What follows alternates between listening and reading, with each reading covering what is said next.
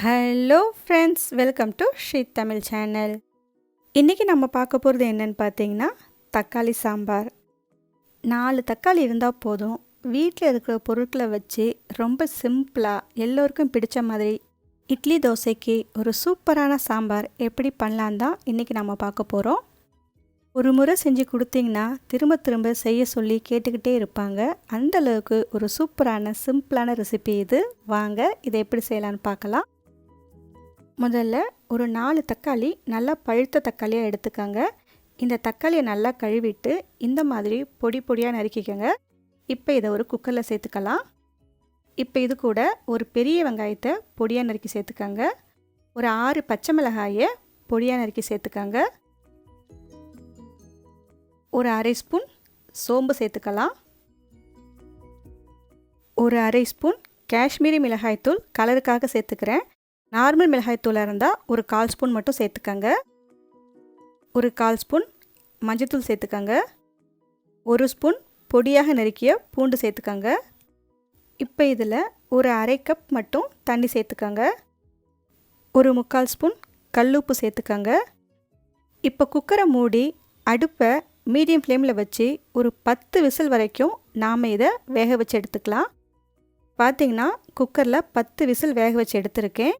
இப்போ இதை மத்துக்கட்டையோ இல்லைன்னா மேஷரோ வச்சு தண்ணி அதிகமாக இருந்தால் தண்ணியை வடிகட்டிட்டு நல்லா கடைஞ்சி எடுத்துக்கோங்க.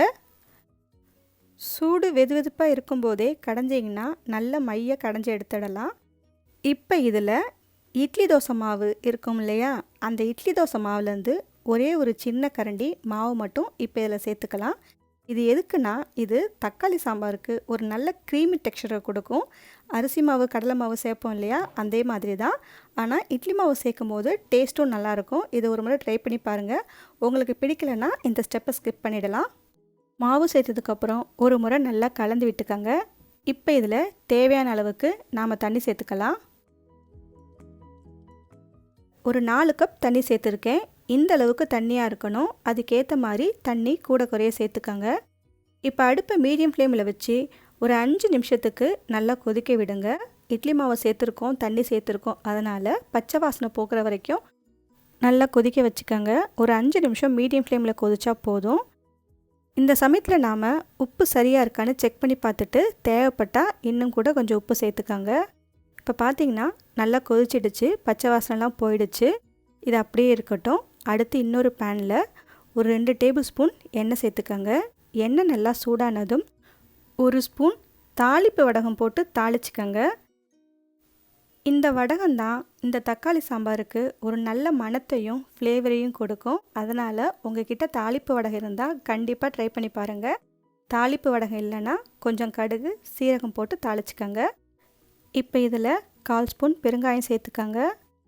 கொஞ்சமாக கருவேப்பிலை சேர்த்துக்கலாம். கடைசியாக பொடியாக நறுக்கிய கொத்தமல்லி இலை 2 டேபிள் ஸ்பூன் சேர்த்துக்கங்க. இப்போ இதை ஒரு முறை நல்லா எண்ணெயில் கலந்து விட்டுட்டு இந்த தாளிப்பை அப்படியே தக்காளி சாம்பாரில் சேர்த்துக்கலாம். சேர்த்து ஒரு முறை நல்லா கலந்து விட்டுக்கங்க. இப்போ இந்த சாம்பாரை ஒரு 3 நிமிஷத்துக்கு மீடியம் ஃப்ளேமில் வச்சு கொதிக்க வச்சுக்கோங்க. அவ்வளவுதான். இப்போ நம்ம ஸ்டவ்வை ஆஃப் பண்ணிடலாம். ரொம்ப டேஸ்டியான தக்காளி சாம்பார் சூப்பராக ரெடி பண்ணிட்டோம். சுட சுட இட்லி கூட இதை சாப்பிட்டு பாருங்கள், ரொம்பவே சூப்பராக இருக்கும். நீங்கள் இதை ஒரு முறை வீட்டில் ட்ரை பண்ணி பார்த்துட்டு எப்படி இருக்குன்னு சொல்லுங்கள். தேங்க்ஸ் ஃபார் வாட்சிங்.